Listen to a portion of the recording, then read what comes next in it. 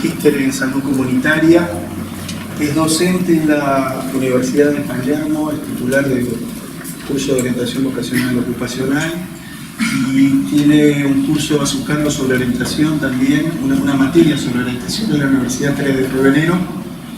Es director de Punto Seguido, un espacio de formación a distancia que coordina con algunos colegas argentinos y hay sus dos últimas publicaciones son la orientación vocacional como experiencia subjetivante del 2016, editada por Paidós, y este año como compilador del texto Orientación vocacional con sujetos vulnerabilizados, experiencias sociocomunitarias en los bordes, en la editorial Novudec. Este es un gusto para nosotros contar con la participación de Sergio en estas quintas jornadas. El año pasado quisimos que viniera y tenía compromisos familiares y quedó pendiente para este año. Por suerte pudimos lograr que participara de las jornadas. Gracias. ¿Me tomaste sorpresa? Bien. Buenas tardes a todas, todos, todes, a esta hora de moda. ¿Qué es más que una moda, no? O es otra cosa que una moda, aunque también puede ser una moda.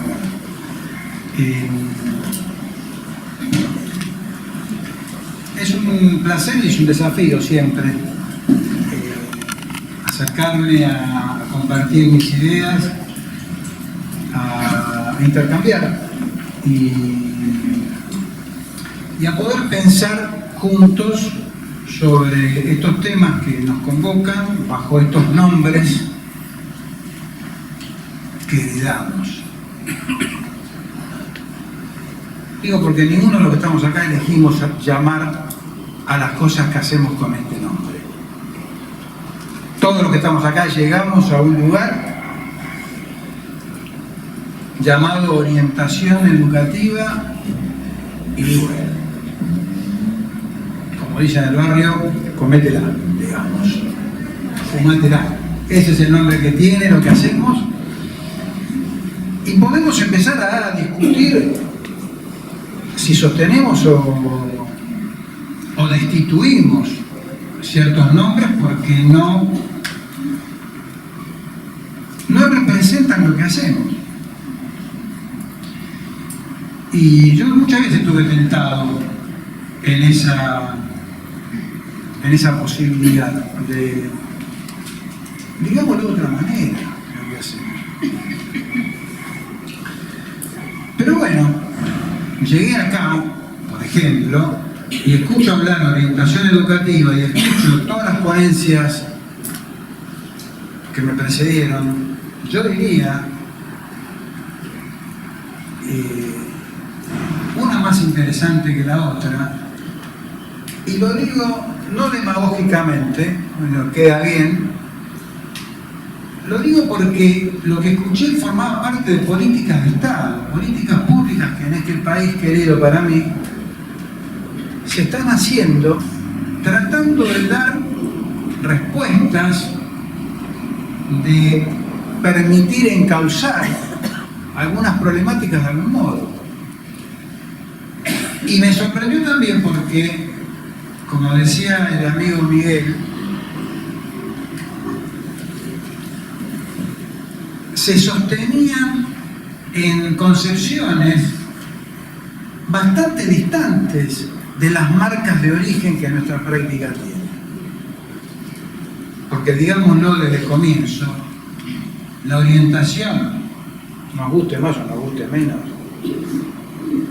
es una práctica constituida en los principios de la sociedad capitalista industrial, que tenía más intención de control social que otra cosa, de la necesidad de tener técnicos para producir ese ajuste que Taylor lo resumía en esa expresión "the right man in the right place". Esa es la marca de origen de nuestra práctica. Tratar de que el hombre, no, y acá volvemos al principio de todas, todos, todes, cuando empezamos a dar cuenta que hay cosas que están tan instaladas que no las vemos, hasta que alguien provocativamente y tratando de restituir los derechos universales, como decía Karina, que son los únicos, porque lo otro, como decía recién ella también, forma parte del sector del privilegio. Y digámoslo también, ya que estamos, la práctica de la orientación vocacional tiene esa marca de origen adaptativa, adaptacionista, y también tiene la marca de origen de una práctica destinada a los sectores de privilegio. Si nos ponemos a leer la literatura de nuestro campo, la orientación vocacional tiene que ver con aquellos que pueden elegir qué hacer. Y básicamente, desde esta concepción más tradicional, elegir qué carrera universitaria voy a estudiar. A ver, cualquiera de nosotros nos ponemos en la calle, en la 18 de julio, a preguntarle a cualquier transeúnte qué es la orientación vocacional, y pongámosle la firma que la gran mayoría va a asociar orientación vocacional con elección de carrera universitaria. Esa es la tradición, esta es la herencia que nos ha sido dada. Y aquí llegamos para sostener o para derribar estos nombres que presumen cierta forma de encarar lo que hacemos.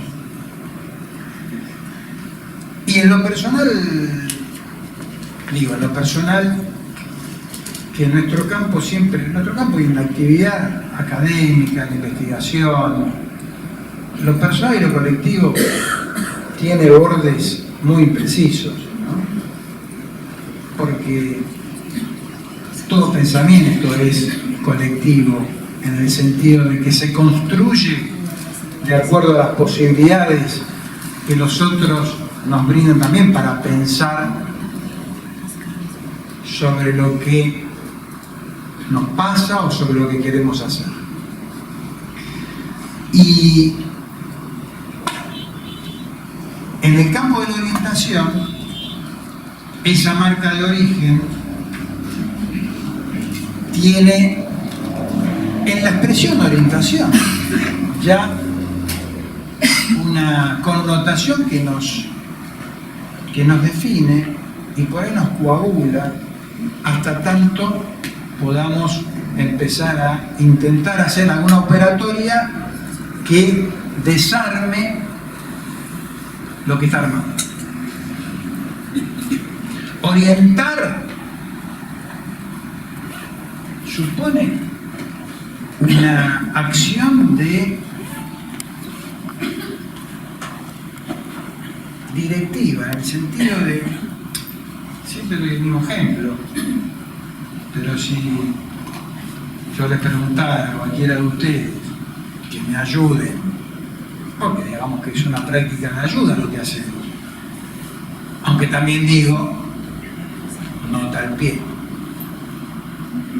que esa actividad de ayuda que hacemos requiere limitar nuestra vocación ayudadora. ¿Qué estoy diciendo con esto? Que esa ayuda, cuando decimos que ayudamos al otro, corremos el riesgo de impotentizar al otro. El otro necesita mi ayuda. Y solo cuando el otro necesita mi ayuda, yo me siento un ayudador, porque si el otro no me necesita, a mí se me complica mi constitución identitaria en lo profesional. Es decir, bueno, ¿qué voy a ayudar si el otro no necesita ser ayudado o no requiere ser ayudado? Es al revés. El que dice que va a ayudar, el que ejerce un oficio de ayudador, necesita de un ayudado. Así como el orientador necesita de un orientado. Entonces, cuando yo les pregunto a cualquiera de ustedes, che, discúlpenme, tengo una urgencia fisiológica. Sería un poco feo en este momento tenerla, por suerte no, pero juguemos a que sí. Tengo una urgencia fisiológica y digo, ahora vengo. Che, ¿dónde está el baño más cercano? ¿No? ¿Quién puede orientarme de lo que está acá? ¿Quién se anima a orientarme?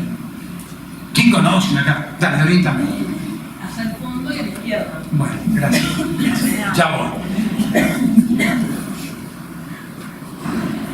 ¿Nombre? Romina. Romina, literalmente, Romina fue una orientadora. Yo a Romina le pregunté algo y Romina me respondió.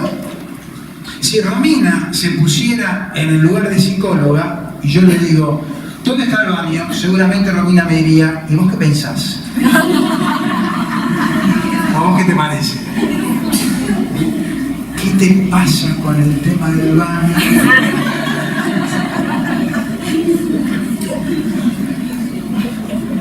La trampa, nuestra trampa,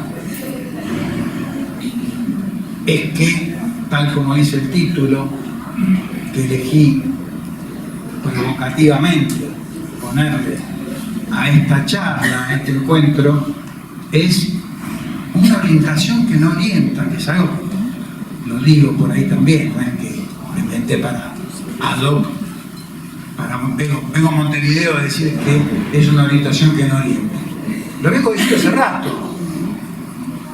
Y perdón, creo que, por lo que entendí de los que me precedieron, también piensan en una orientación que no orienta, en el sentido de lo que Romina hizo, ejerciendo literalmente la función orientadora, que es decirme dónde está el baño. Podría pedir más precisiones y Romina me las podría dar, pero no es necesario. ¿Cuántos metros hay? Exactamente hacia dónde la izquierda. Me estaría orientando con mayor precisión sobre eso.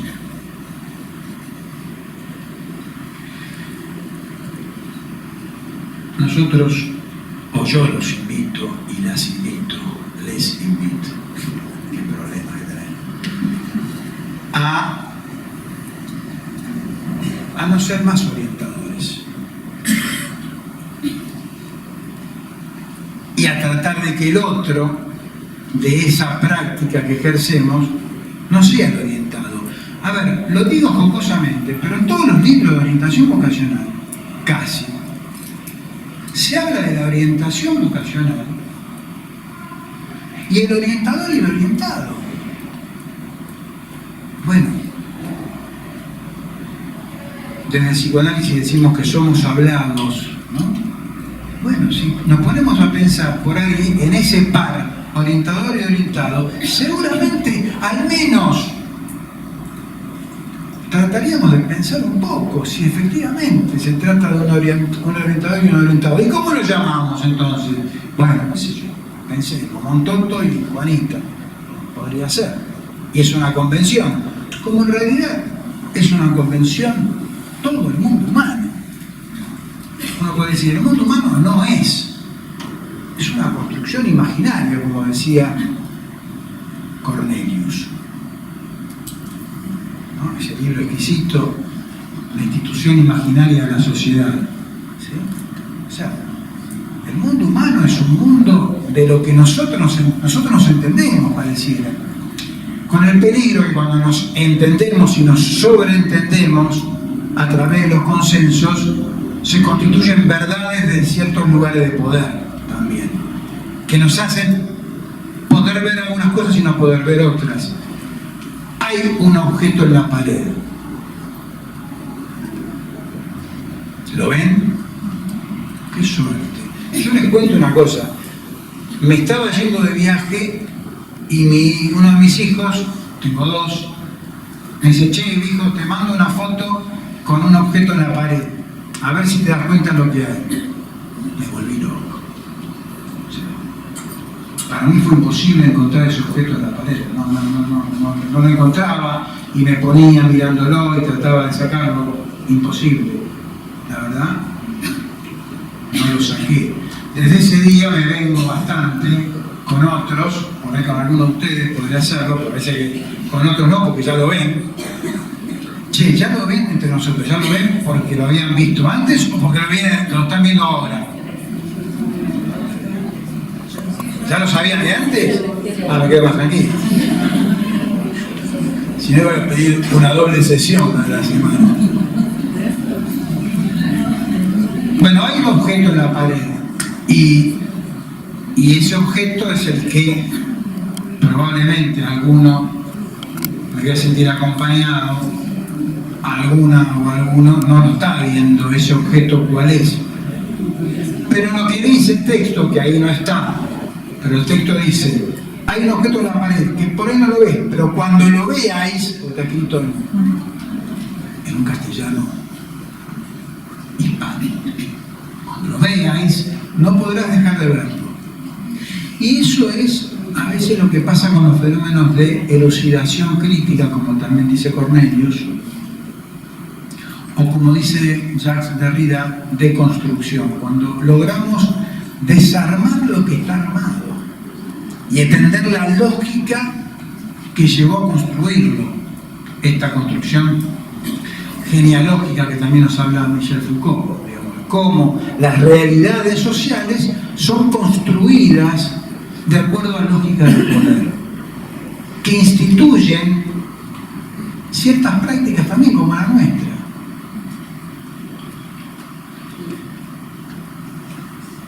El paradigma que heredamos en las prácticas llamadas de orientación es un paradigma directivo, psicométrico, sostenido en evaluaciones, en mediciones, a veces en diagnósticos. Y yo les diría una cosa, yo creo que hoy sigue siendo la modalidad hegemónica que existe en el campo de la orientación vocacional. Hago una salvedad al respecto. Orientación vocacional y orientación educativa, otro problema. Y bueno, yo creo que es necesario pensar qué hacemos cuando decimos que hacemos orientación educativa y qué hacemos cuando decimos que hacemos orientación vocacional.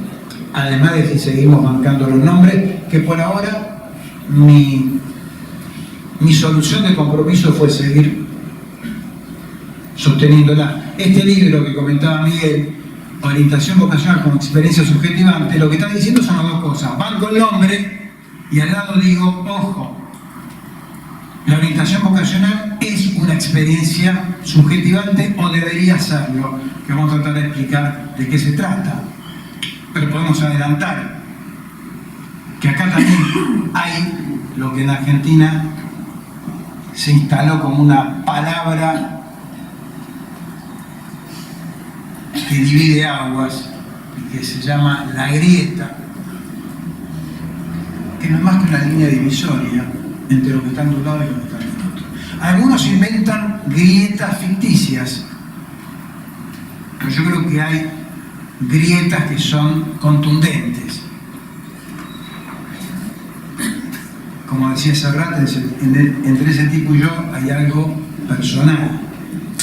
Y acá para nosotros la línea divisoria es la posición del sujeto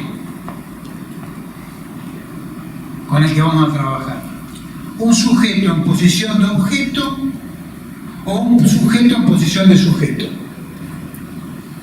El modelo médico hegemónico nos ubica a todos los que estamos acá en sujetos como objetos de sus prácticas, de sus saberes, de sus diagnósticos, de sus prescripciones.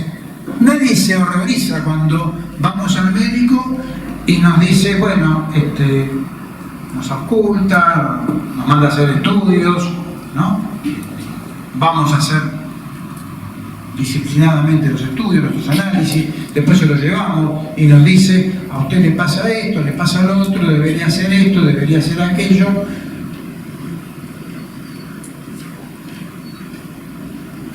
Romina, en su posición de psicóloga, diría, recibiendo a ese paciente, ¿cómo se siente? ¿Qué le pasa? Por ahí sea también necesario indicar algunos estudios, pero el modelo médico hegemónico, ese que formatea las prácticas en el campo de salud y que todos participamos, más o menos, algunos son por ahí más contrahegemónicos y contraculturales y buscan otras prácticas, ese modelo nos ubica como objetos de esas prácticas. El orientado, del par orientado al orientado, el orientado es ese sujeto posición de objeto. Bueno, la línea divisoria tiene que ver en la concepción del sujeto y en la relación ética con el otro. Lo que estaba diciendo tiene más que ver con esto segundo que con lo primero. La relación con el otro siempre es una relación enigmática. La racionalidad propia de la cultura occidental, de un sujeto racional, consciente, dueño de sí mismo, que el conjunto de las prácticas disciplinares y técnicas definen lo que es ese sujeto, es el intento de capturar al sujeto para que deje de ser un enigma, pero el sujeto, el otro, más allá de todas estas operatorias, el otro es un enigma. No sé del otro. Y eso es un aspecto definitorio. Sostener el enigma del otro, la otredad del otro, lo desconocido del otro, lo desconocido del otro tanto como lo desconocido de nosotros mismos, por otro lado. Esa opacidad que tenemos respecto a nosotros mismos. No somos transparentes a nosotros mismos. El conócete a ti mismo es interminable. Desde que alguien en Viena, en el siglo XIX, empezó a revolucionar esas concepciones del sujeto dueño de sí mismo, racional, consciente, hombre.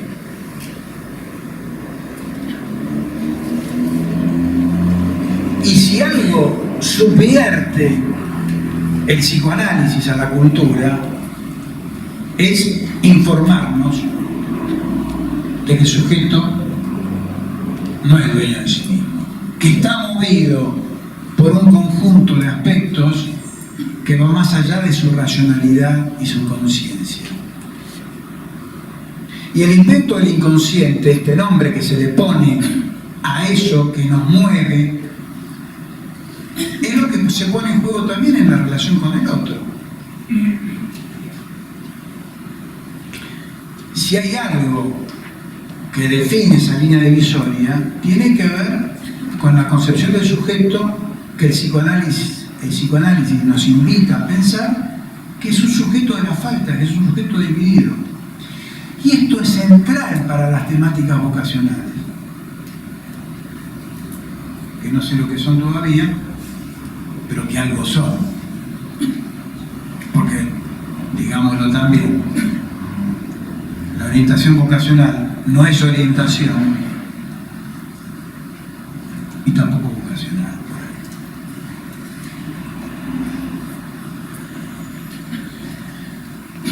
Porque la idea de sujeto, como sujeto de la falta, lo que te está diciendo es que hay algo inherente a ese sujeto, a la constitución del sujeto, que siempre es faltante, que no hay nada que termine de completarlo. Y esto es lo que sostiene la dialéctica del deseo. El deseo es el deseo sin objeto. ¿En qué sentido? Que no hay ningún objeto que lo satisfaga totalmente. Y esto pasa para la vida amorosa, para la vida sexual, y también para esto que llamamos vocacional. Ahora, la idea de vocación es justamente en esta línea divisoria está del otro lado, porque la vocación supone que sí está, es una esencia.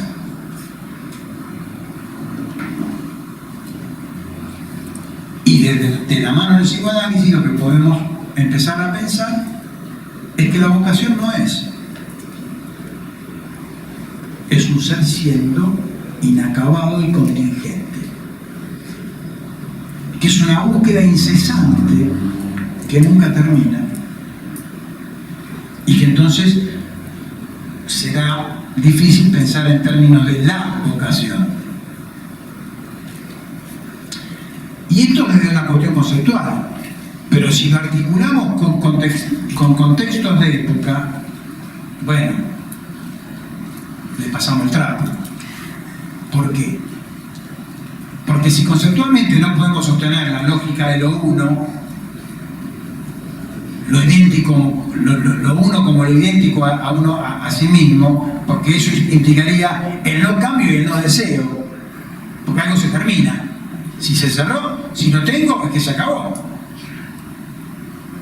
El deseo justamente rompe la idea del deseo como algo interminable, rompe con esta posibilidad. Pero además las cuestiones epocales nos invitan a revisar esto.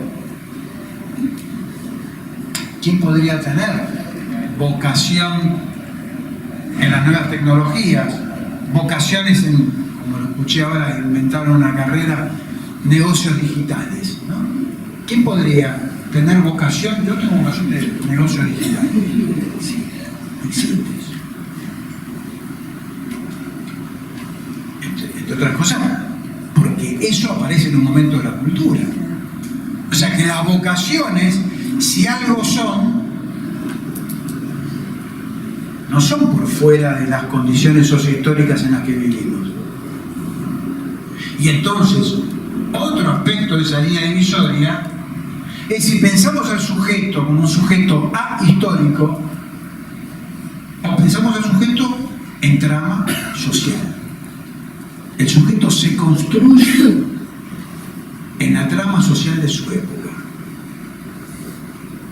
Luis Goldstein, psicoanalista argentino, tiene una interesante ahí disquisición sobre la forma de la subjetividad que me parece muy rica, que es la forma de construir la subjetividad. Tiene como tres dimensiones, plantea.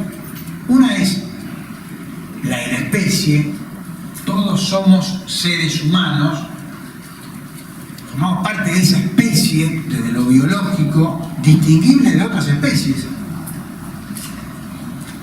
Es decir, nuestro código genético, esa marca que se utiliza además como expresión de la cultura, es el ADN de tal equipo de fútbol, tiene un ADN, ¿no?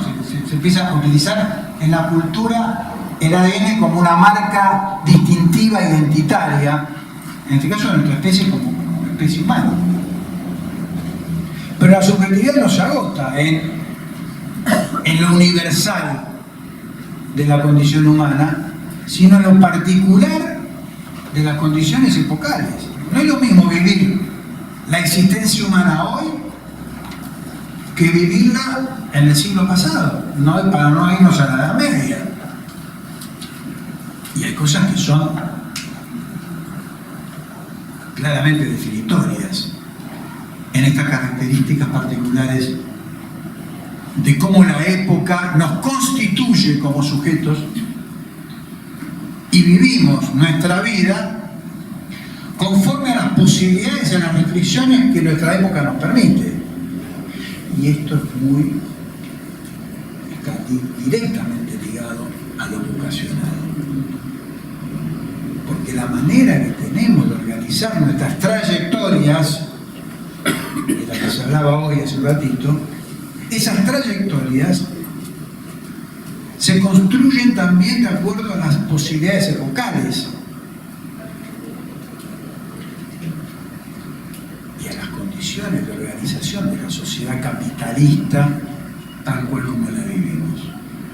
El capitalismo actual no es el mismo capitalismo que a mitad del siglo XX. El capitalismo industrial producía cierto tipo de subjetividad distinta a lo que produce el capitalismo financiero, que es el que organiza nuestra vida en la actualidad. Lo dominante de la organización política, social, es este capitalismo que tiene una particularidad bien distinta al capitalismo industrial. Y la particularidad que tiene está íntimamente relacionada con el papel del trabajo. Trabajo barra empleo, tan sensible a nuestras prácticas. ¿Por qué? Porque en las sociedades industriales el trabajo, como ordenador de la vida social, esto que Robert Castell llama la sociedad salarial, la sociedad se organiza alrededor del salario como forma de constitución identitaria de los individuos y también como forma de sustento.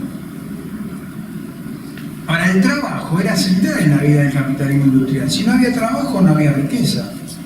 La relación entre capital y trabajo era de mutua necesidad. Es decir, solo el capitalista podía generar ganancias y riqueza a través del trabajo de otro.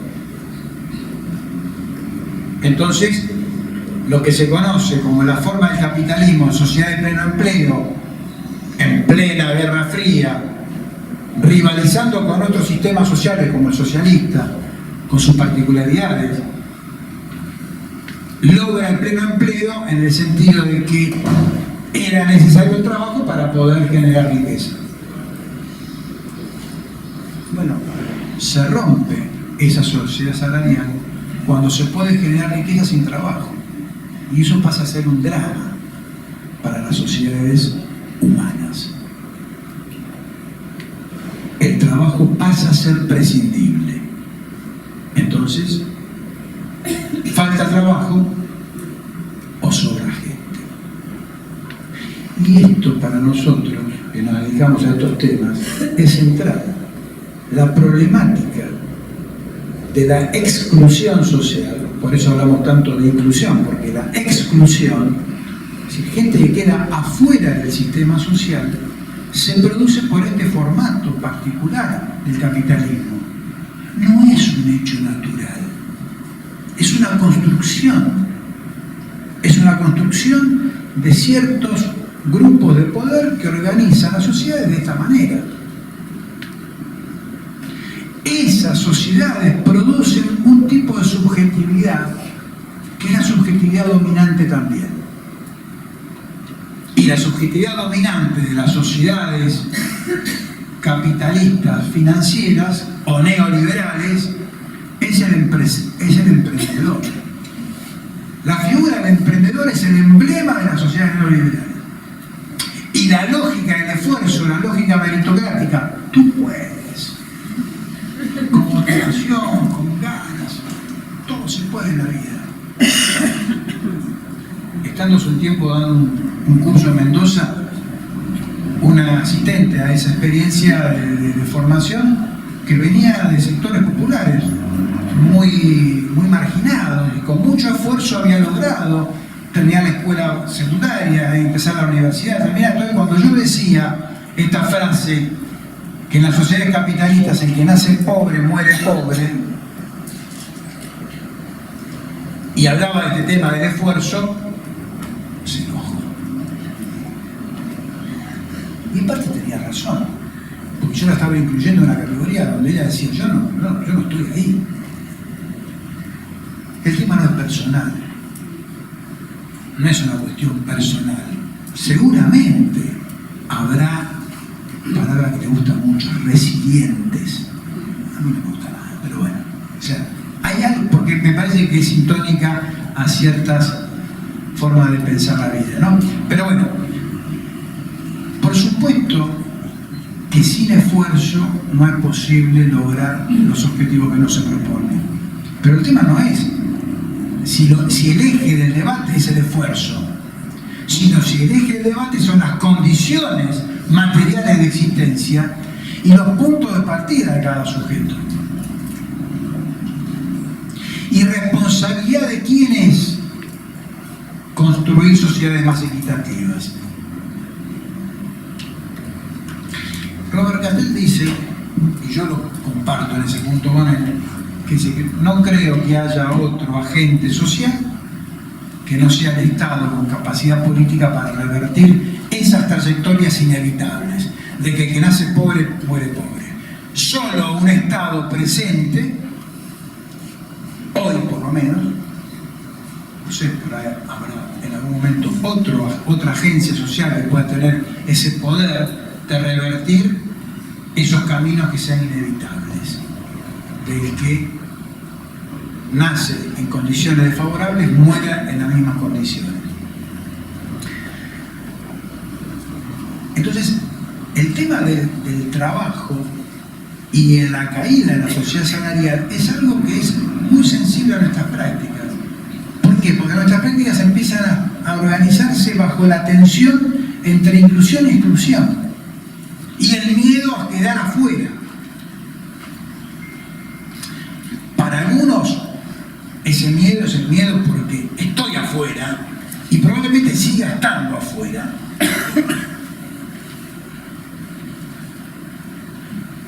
Y para sectores más acomodados es el miedo de poder quedar afuera, a pesar de que las condiciones y los puntos de partida sean distintos. Entonces, la tensión, exclusión e inclusión domina el escenario social y produce efectos en nuestras prácticas. En los modelos habituales de la práctica de la orientación, esta matriz psicométrica, directiva, adaptacionista, tuvo su reacción con lo que se llamó el modelo clínico, ¿sí? Probablemente muchos lo hayan leído, que en nuestras latitudes tuvo a Rodolfo Vygotsky, un psicoanalista argentino, como el exponente de esa corriente de pensamiento que viene como a cuestionar esa lógica de posición de sujeto, posición de objeto. Y escribe un famoso libro que se siguió editando. Este hombre tenía 30 años cuando escribió ese libro, o sea, era un joven osado, ¿no? Y ese libro, la estrategia clínica en la orientación vocacional, cambió la mirada que teníamos acerca de la orientación. Sin embargo, muchos profesionales en esta región de Latinoamérica siguieron la línea de Rodolfo Vygotsky, de su estrategia clínica, cuando él mismo en la segunda edición de su libro hace una autocrítica a su propia obra. ¿Y qué se autocritica? Se autocritica pensar al sujeto fuera de la trama social. Y habla entonces en esa autocrítica de la necesidad de pensar en términos de una encrucijada vocacional, lo llama. Y otra cosa que menciona en esa autocrítica dice, che, aquí hay un poco de mezcolanza entre la orientación vocacional como práctica psicoterapéutica y como práctica pedagógica. Esa autocrítica de Rodolfo fue el puntapié para mí del conjunto de profesionales de pensar en lo que llamamos el paradigma crítico de la orientación vocacional. Y el paradigma crítico lo que supone son tres aspectos definitorios. Por un lado, pensar al sujeto en la relación con su contexto histórico. Ahí me vi necesitado, cuando comencé a pensar en estas cosas, en términos de una relación sujeto-objeto-contexto. Y dejé de hablar de la vocación para hablar de lo vocacional, como un campo de problemáticas alrededor del qué hacer. No alrededor del trabajo, no alrededor de la carrera, no alrededor del empleo, sino empecé a pensar que esa encrucijada de la que Rodolfo hablaba era la encrucijada ese campo atravesado con variables que intervienen de distinto orden, que componen los problemas que los sujetos tienen para elegir qué hacer en la vida. Allí, cuando las sociedades le otorgan la libertad,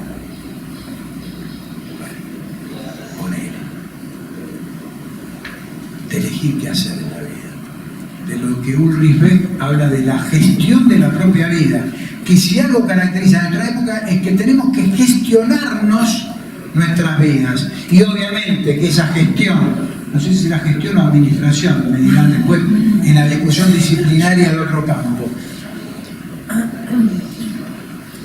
en el armado de esa vida,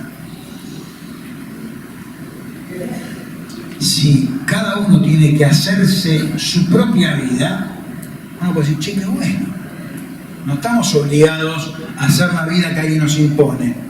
Desde luego, este es el resultado de que, bueno, nos tocó una época donde podemos elegir lo que queremos hacer. Y algunos trabajan en orientación desde este lugar. Podemos elegir lo que queremos hacer con entusiasmo, ganas, con fuerza, con ilusiones, y otros pensamos que eso está, pero que tenemos que incluir las condiciones materiales de existencia de cada uno. Entonces lo vocacional no es algo intrapsíquico o intrasubjetivo, sino que es algo que se arma en la trama de los sujetos, con los objetos a elegir y en un contexto de época determinada. Ese paradigma es crítico porque lo que intenta es desnaturalizar los hechos sociales y reconocer los hechos sociales como construidos trabajosamente bajo ciertas lógicas del poder. Esto que Foucault llama la biopolítica y que Byung-Chul Han habla de psicopolítica, es decir, son dispositivos que organizan formas de poder y de dominación que organizan la existencia humana de una manera. Entonces, podemos pensar lo vocacional como algo individual o pensar lo vocacional en esta trama compleja dominada por una subjetividad que es una subjetividad de época, que es el rasgo particular que decía este psicoanalista Luis Horstein, la subjetividad como lo universal, como lo particular de cada etapa histórica, y con lo singular, que es la tercer pata de esa idea de subjetividad, que es la dimensión singular de la subjetividad, lo cual implica ese plus de subjetivación que cada uno de nosotros que estamos acá tenemos respecto a lo instituido socialmente en cada época. Repito, el aspecto singular es ese plus que cada uno de nosotros podemos hacer respecto a lo que está instituido como una subjetividad dominante. Porque hay valores dominantes. Cuando dos personas se encuentran después de mucho tiempo, ¿no? Dos adultos grandulones se encuentran, amigotes del liceo, se encuentran y dicen, che, ¿qué haces? ¿Cómo andás? Bien, ¿y cómo te va? ¿Cómo te está yendo? La respuesta probablemente esté asociada con qué. ¿Con qué creen ustedes que estaría asociada la respuesta de dos personas que se encuentran y dicen, ¿qué haces? ¿Cómo andás? ¿Cómo te está yendo en la vida? Trabajo, y más que el trabajo. Ah, te va bien. Ah, bueno. Vos la hiciste. ¿Eso qué es? Eso es subjetividad dominante. Dinero, poder, fama, son los valores fuertes, potentes de nuestra cultura. Los procesos de subjetivación son lo que hacemos cada uno de nosotros con esas subjetividades instituidas como dominantes. Y podemos trabajar para ser unos winners de esas reglas de juego, ser los mejores de eso, ser buenos empresarios nosotros mismos, como valor dominante, ser grandes emprendedores, o que nuestros procesos de subjetivación sean contraculturales en ese sentido, y que sostengamos nuestras construcciones rivalizando, tratando de construir otra idea de lazo social, otra idea de cooperación, de solidaridad, de construcción colectiva. Estamos en dos terrenos distintos. El terreno de la subjetivación es el terreno de producción de ese plus sobre lo que está instituido socialmente. Y nosotros como profesionales también quedamos muy ligados a trabajamos con las reglas de juego tal cual como están instituidas, o invitamos a promover procesos de subjetivación con las personas con las que trabajamos. Esa invitación es una invitación, porque también tiene que ver con la posición del profesional.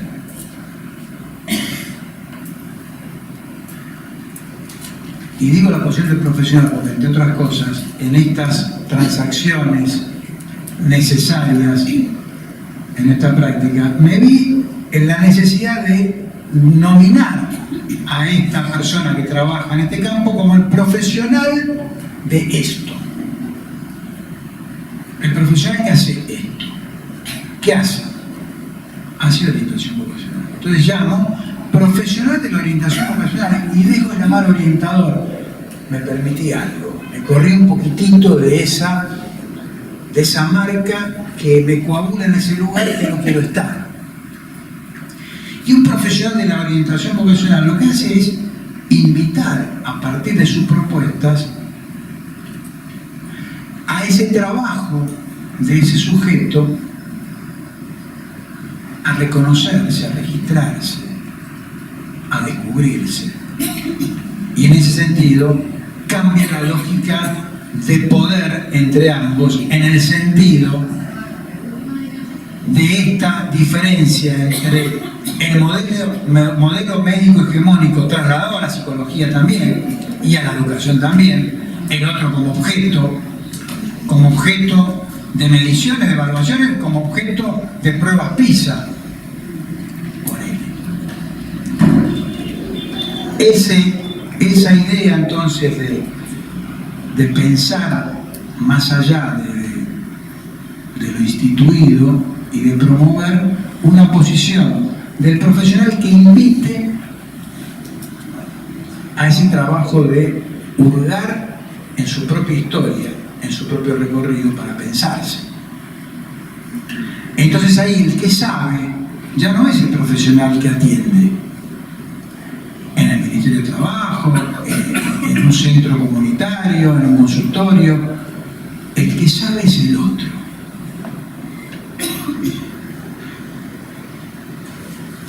Esto que Rancière en el libro del maestro ignorante nos invita, en la educación, no estoy hablando del psicoanálisis, estoy hablando de la educación. El maestro ignorante, ¿qué está diciendo? La distribución de quién es el que sabe. El que sabe es el otro. Y no sabe que sabe. Cuando uno atiende a una persona en el consultorio, solo puede trabajar en esa alianza que se produce llamada transferencia para que algo se produzca ahí donde el relato del otro le permita encontrarse y la escucha del profesional permita evitar que nos hagamos las trampas habituales que nos hacemos todas las personas respecto de las racionalizaciones como defensa para construir unos discursos que nos tranquilicen, aunque los síntomas los sigamos portando. Entonces, esta cuestión de la distribución es central para corrernos del lugar de orientador y pasar a colocarnos en una posición de profesionales de acompañar y sostener a través de ciertos dispositivos los recorridos de otros. ¿Qué son entonces las problemáticas vocacionales? Son las problemáticas que tenemos los sujetos en relación a lo que hacemos y a la construcción de nuestros recorridos de vida. Me fui de la vocación como revelación, como mensaje divino, como llamado. Me fui de esa vocación y pienso lo vocacional como las problemáticas que tenemos todos para elegir y realizar lo que queremos hacer en la vida. El hacer no queda circunscrito a lo que vamos a estudiar o a lo que vamos a trabajar. Sí tiene que ver centralmente con eso, con estudiar y trabajar. ¿Por qué? Porque dentro de las formas del hacer humano, trabajar y estudiar en nuestras sociedades son los que producen anclaje social. El abrojo, que me contaban hace un rato. Adhesión, estar ahí, poder quedarnos para no quedar afuera.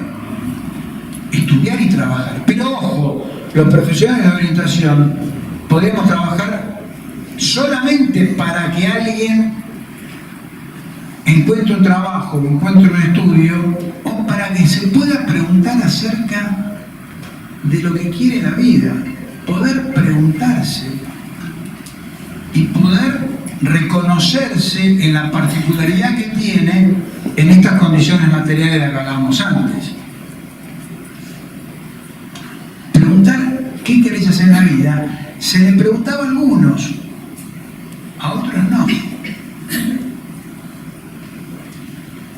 A un sujeto con discapacidad no se le preguntó qué querés hacer en la vida.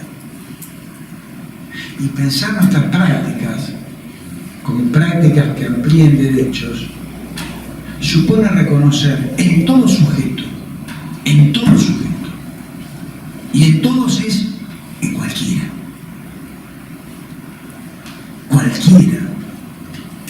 cualquier ser humano debe tener derecho a elegir qué hacer en la vida. Y eso es un posicionamiento ideológico de parte de los profesionales. Y si todo ser humano, cualquier ser humano, tiene derecho a elegir qué hacer en la vida, nuestras prácticas tendrán que extenderse al universo de poblaciones y de colectivos, de los más diversos, de los más incluidos y de los más alejados. Sujetos vulnerabilizados, digo en esta compilación que comentaba Miguel. Fíjense que vulnerabilizados pareciera lo mismo que vulnerables, pero vulnerables. A ver, decir vulnerables invisibiliza, como el objeto en la pared que no se ve, para algunos, para otros no ven. Decir vulnerables invisibiliza los dispositivos biopolíticos que vulnerabilizan a los sujetos. Es decir, todos somos vulnerables. Todos estamos acá en este planeta, perdido en el universo. ¿Cómo no vamos a ser vulnerables? ¿Cómo no vamos a ser frágiles los seres humanos? A veces nos creemos porque vamos construyendo aspectos imaginarios y simbólicos que nos sostienen, y entonces nos creemos con una potencia que en algunos momentos, todos en nuestras vidas, por alguna circunstancia, perdemos y nos reconocemos en esa fragilidad y en esa vulnerabilidad inherente a la condición humana.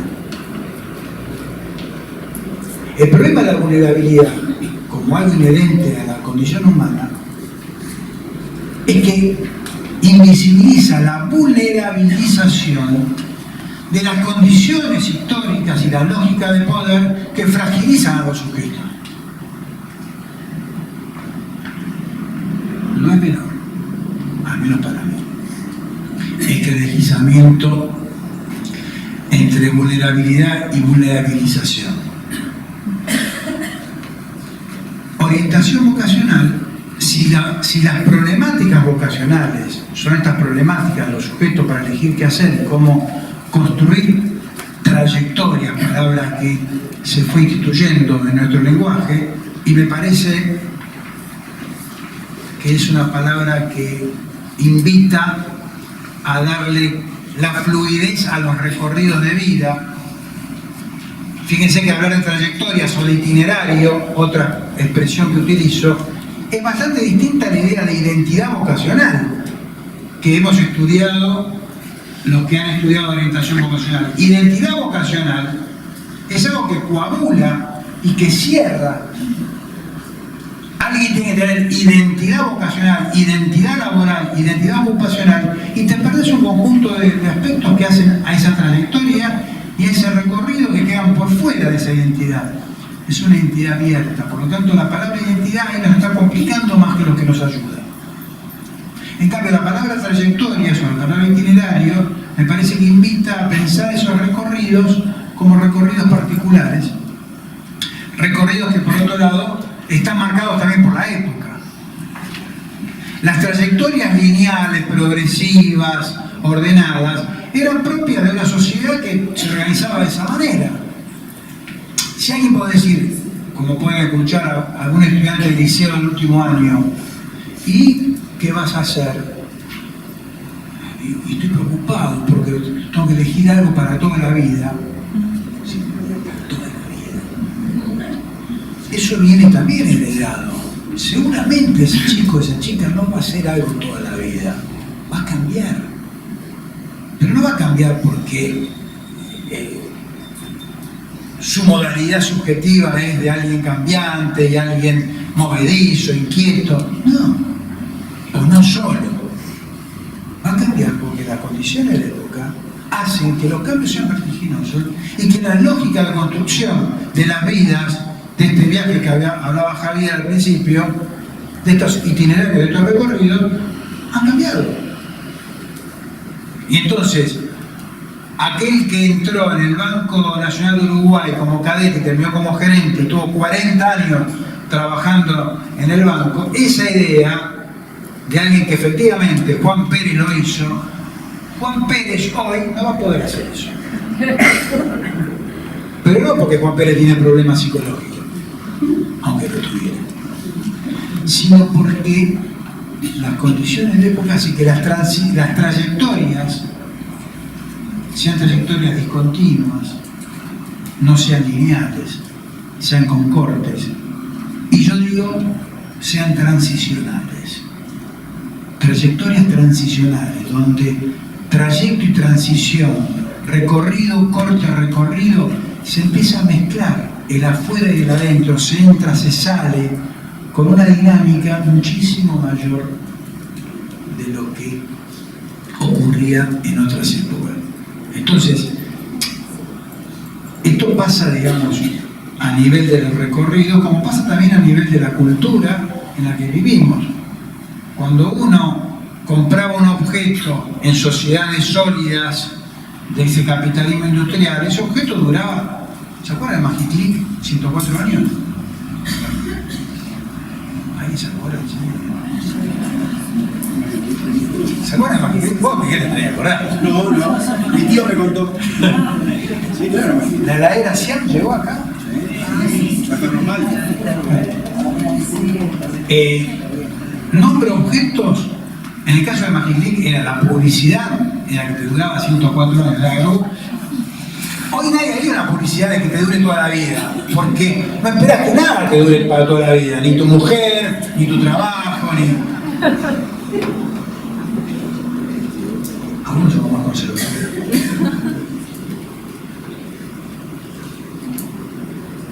Pero esto habla de ciertas características de época. Cuando usamos los celulares, que todos tenemos celular. Esto es un logro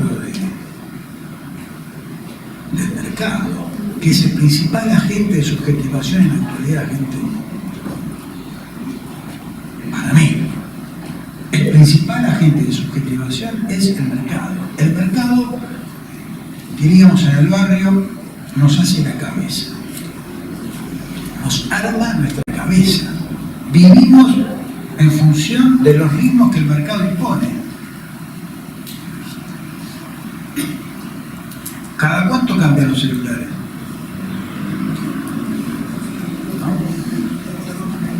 Podríamos preguntar, ¿quién cambió el celular en el último año? Levante la mano. Abajo. ¿Quién cambió en los últimos 2 años? Abajo. ¿Quién en los últimos 3 años? ¿Quién hace 10 años tiene el mismo celular? Olvídate. Bueno, esa modalidad que el mercado impone, cuando uno le pregunta a un otro, por no decir un joven, porque en realidad pasa con los jóvenes y pasa con los adultos, ¿por qué haces esto? Porque yo quiero, yo lo elijo. Hay una creencia de que uno elige lo que quiere, y lo que quiere, lo que queremos, es lo que el mercado quiere que querramos. Y eso pasa con los objetos y por ahí también con lo que hacemos, con las carreras. Entonces, un profesional de la orientación invitará a generar condiciones para revisar esto, para que esto se ponga en juego, para que esto se ponga en un ejercicio de construcción, para que podamos repensar, revisar, que esto que le damos se ponga en cuestión. Y que esta lógica mercantil que produce la subjetividad mercantil, bueno, de la que estamos todos atravesados. Hasta el más hippie de todos los hippies también está ahí atravesado. Menos que nosotros. Y algunos más que nosotros. Nosotros, yo digo nosotros como si todos estuviéramos en la misma posición subjetiva respecto al discurso dominante del mercado. Discurso dominante del mercado, que dicho sea de paso, y esto labura mucho este coreano Byung-Chul Han, me parece muy interesante. Nos invita a pensar en la forma de dominación. Yo creo que el mercado ha logrado dominarnos sin una función coercitiva. O sea, dominarte sin que te obliguen es la mejor forma de dominación. ¿Quién te obliga a vos a comprarte la picha que te compras? Se va a comprar un zapato último modelo.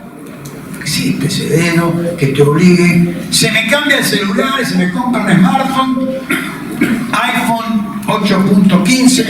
No existe eso. Te volvés loco por comprarlo. O por chorear. Porque dicho sea de paso, la obscenidad del mercado produce también que hay algo que, aunque labure toda mi vida, yo y toda mi familia jamás podré tener. Pero me viven bombardeando permanentemente, que está buenísimo tener eso. Y es difícil. Sostener políticas de seguridad con políticas de mercado como las tenemos. Entonces, la única manera que tienen que hacer es restringir eso para tratar de que algunos tienen que desear lo que el mercado quiere que desees y otros no tanto, que lo miren por TV. Bueno, la orientación vocacional es, desde mi perspectiva, una práctica, una intervención para acompañar a los sujetos en estos procesos de elección. En cualquier momento de la vida, allí donde se presente la problemática de elección. Las problemáticas de elegir qué hacer no se dan en un único momento de la vida, son constantes a lo largo de la vida.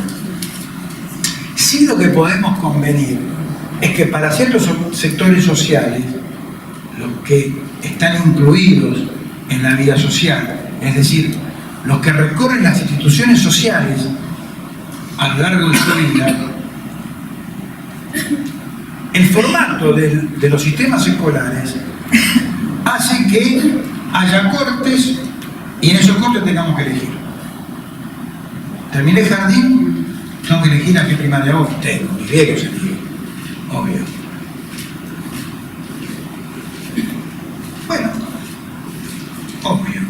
es un obvio también relativo, ¿no?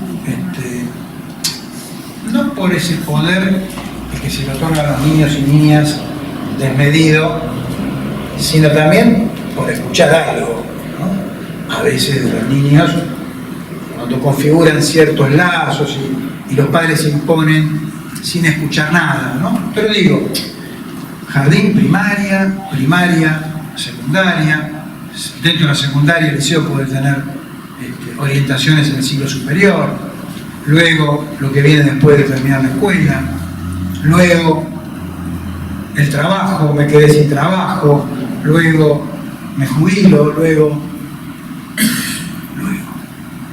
toda vez que haya una situación de elección de qué hacer, admitiría construir un dispositivo para sostener y acompañar estas problemáticas.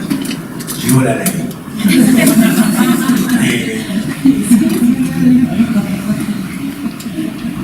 Orientación vocacional entonces es la forma que podemos organizar de cómo construir un dispositivo para dar lugar a esas problemáticas. Y tomando esa adenda de Bonlaski que decía hace un rato, yo invité a pensar en 3 tipos de intervención en la orientación vocacional. Y dije, hay un dispositivo particular que se puede crear cuando alguien consulta a otro. Cuando alguien consulta a otro porque no sabe qué hacer, lo consulta en algún espacio. A esa intervención la llamé psicológica. Cuando alguien consulta a otro sobre una problemática de qué hacer. ¿Por qué digo problemática? Porque podría decir temática. La temática vocacional es la temática de elegir qué hacer. Pero digo problemática porque elegir es problemático. Pero no es para Miguel o para Sergio problemático. Elegir es problemático por cuestiones de condición humana. Porque elegir tiene que ver con la castración, en el sentido del no todo. Elegir implica no todo. No todo se puede. Cuando elijo, me confronto con el no todo. Y eso es problemático. Más, menos, produce modalidades más histéricas, más obsesivas, más fóbicas. Sí, posicionamientos diferentes frente a la problemática de elegir, pero la problemática de elegir es una problemática, por eso digo problemáticas vocacionales. La problemática vocacional puede tener un ámbito de elaboración en un dispositivo de ciertas características cuando alguien me consulta. Pero también la problemática de elegir se produce en las instituciones donde están los sujetos y no me consultan. Esto es la escuela, la universidad, el centro de formación profesional. Es decir, los sujetos están ahí, no me consultan. Y si están ahí, en algún momento se van a enfrentar con la problemática de elegir. Porque esas instituciones tienen recorridos que alguna vez terminan. O que alguna vez les imponen en esos recorridos elegir algo. Elegir tal orientación o tal otra. O se acabó, flaco. Terminó acá. Tenés que hacer algo. Sos libre. Estás obligado a elegir. Esa es una paradoja donde somos libres, pero no podemos no elegir. Esa problemática invita en sociedades de capitalismo financiero, en sociedades neoliberales, en sociedades como la uruguaya, como proyectos de resistencia al neoliberalismo, como pueda,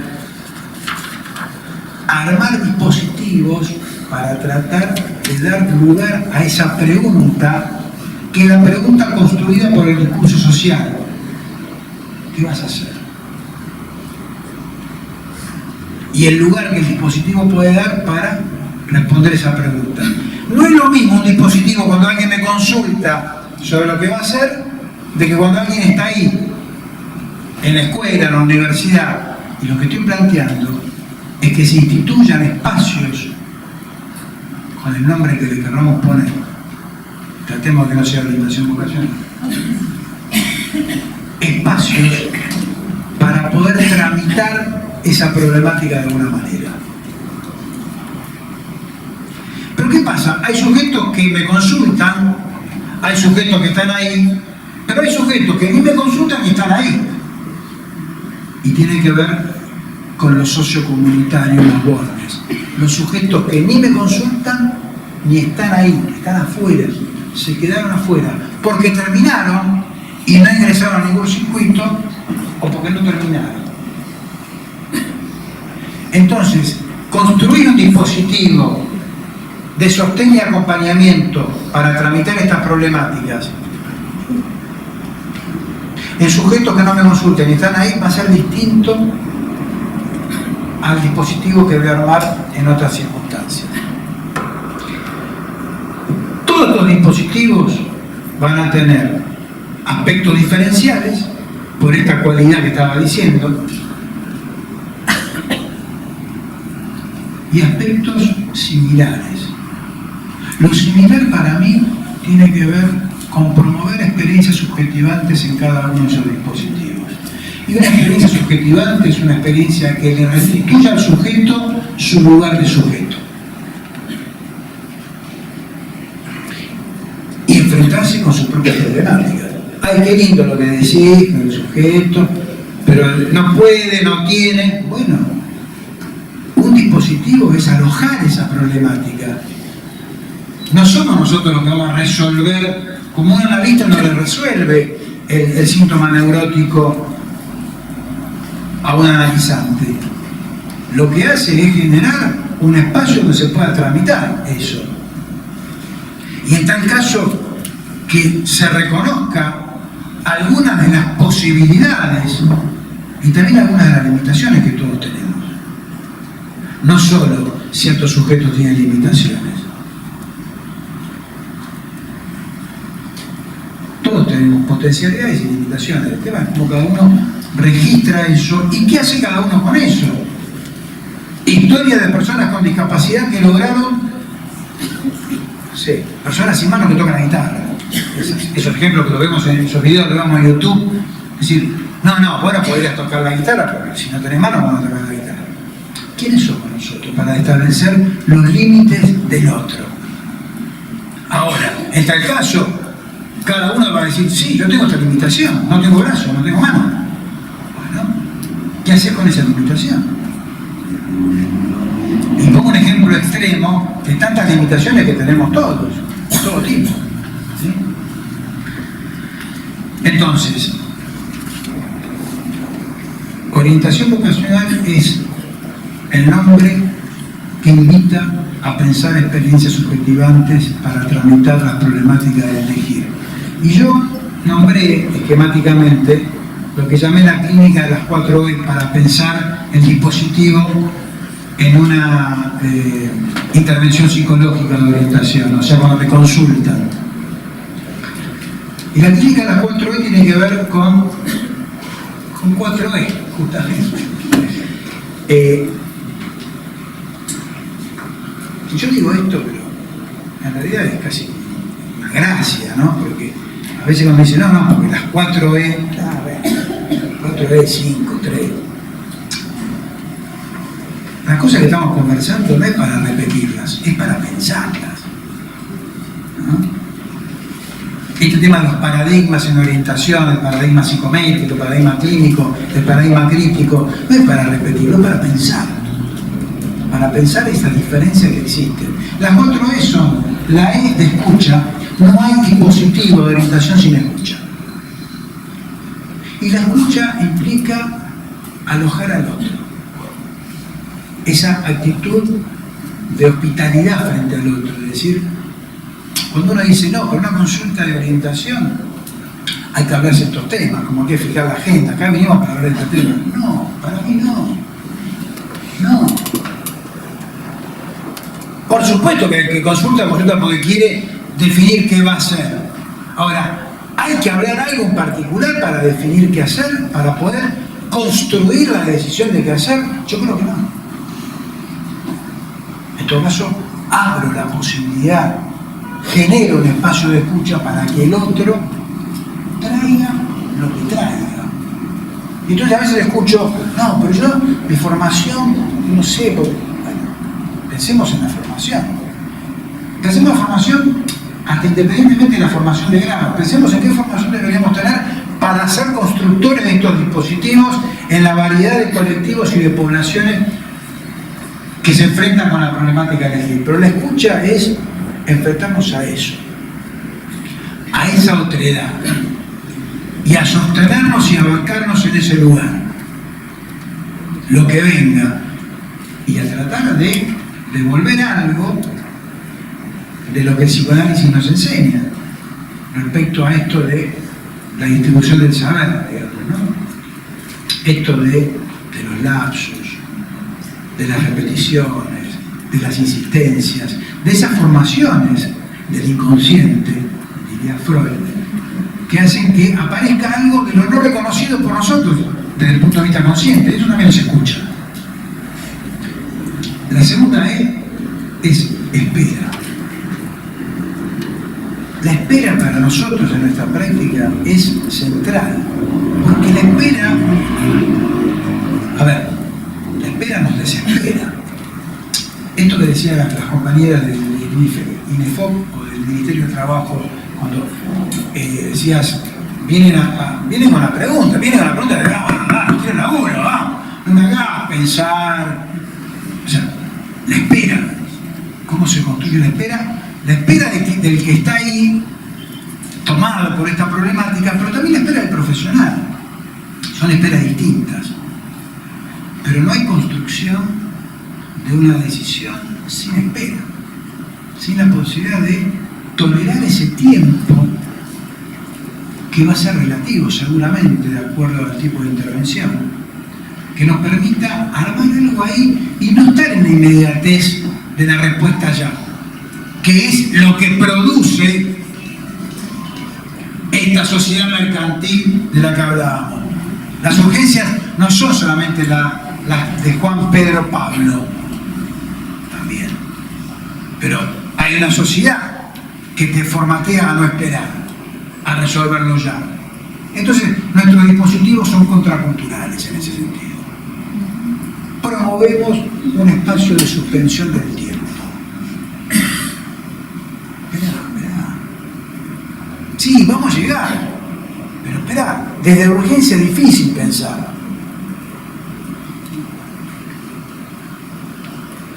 Tercera elaboración. No hay proceso de orientación que no promueva elaborar algo de lo que me pasa. De historizar un poco este momento al que llegué. Si llegué con mi pregunta hoy, mi urgencia hoy, llegué con eso, pero tengo una historia que me trae esta pregunta hoy así. Elaboración es historizar y también generar condiciones para armar esbozos de proyectos futuros. Esbozos de proyectos futuros. Le agregué esa palabra. Antes hablaba del proyecto futuro. Calma, muchacho. Rajón cambio. Esbozo del proyecto futuro. Vamos a tratar de delinear algunas cosas. De construir la cuarta una elección. De generar condiciones para que el otro elija. Esa clínica se diferencia de otras clínicas. Clínica en el sentido amplio, clínica en el sentido de proceso, de relación subjetiva. La puerta de elección es porque estamos ahí para que el otro elija. Elaboró mucho y sí, puedo comprender. ¿Y qué eligió? No sé qué eligió. Charlas con profesionales. Bueno, mirá, vos estás ahí para que elijas. Esto es la diferencia con otras prácticas.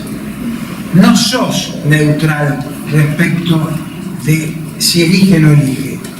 Debería ser neutral respecto a la dirección de lo elegido, que es bien distinto. Y que nosotros, sujetos, no somos neutrales respecto a nuestros valores. Cuando alguien nos dice que va a elegir A o va a elegir B, no nos da lo mismo A que B. pero eso debe caer, eso no debe jugarse ahí. Eso es el laburo que el profesor tiene que hacer para no poner en juego sus propias valoraciones en las decisiones de nosotros. Entonces, sí deberíamos ser neutrales sobre lo elegido, pero no deberíamos ser neutrales sobre el acto de elegir. La línea divisoria pasa por promover prácticas que adapten a los sujetos o promover prácticas emancipatorias. ¿Sí? Yo los invito y las invito a tratar de construir una orientación más para la pregunta que para la respuesta.